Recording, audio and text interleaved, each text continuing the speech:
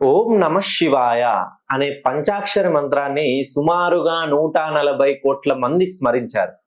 So ఎవరైతే కష్టాలలో ఉన్నారో, నష్టాలలో ఉన్నారో, రుణ బాధలలో ఉన్నారో, బాధలతో సతమతమవుతున్న వాళ్ళు ఒక్కసారి ఈ పంచాక్షరి మంత్రాన్ని జపిస్తే మీ కష్టాలన్నీ పటాపంచలైపోతున్నాయి.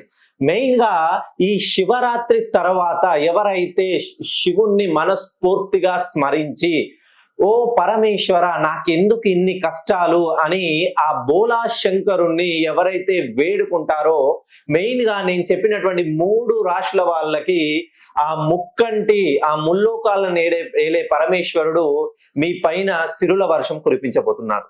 ఎవరైతే వృషభ రాశిలో జన్మించారో, మరియు కుంభరాశిలో జన్మించారో, మరియు మకర రాశిలో జన్మించారో, ఈ 3 రాశుల్లో జన్మించిన వాళ్ళకి ఆ ముక్కంటి ఈశ్వరుడు ఈ మహాశివరాత్రి పర్వదినం పురస్కరించుకొని అద్భుతమైనటువంటి యోగాన్ని అందించబోతున్నాడు.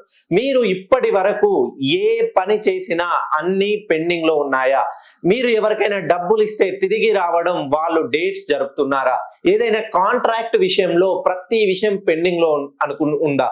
మీరు అనుకున్న పనులన్నీ ప్రతిదీ పెండింగ్, డిలే వస్తుందా?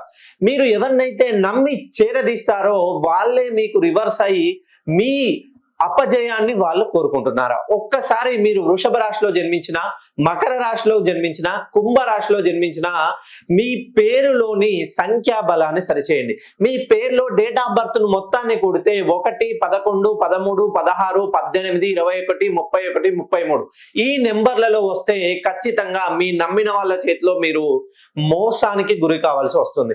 మీరు ఈ 3 రాశుల్లో జన్మించిన వాళ్ళైతే జన్మతః మీ నక్షత్ర లగ్న కుండలి ప్రకారం ఒక్కసారి మీ పేరులో ఉన్నటువంటి సంఖ్యా దోషాన్ని సవరిస్తే ఆ ముక్కంటి ఈశ్వరుడు మీకు అష్టైశ్వర్యాలను ప్రసాదిస్తాడు.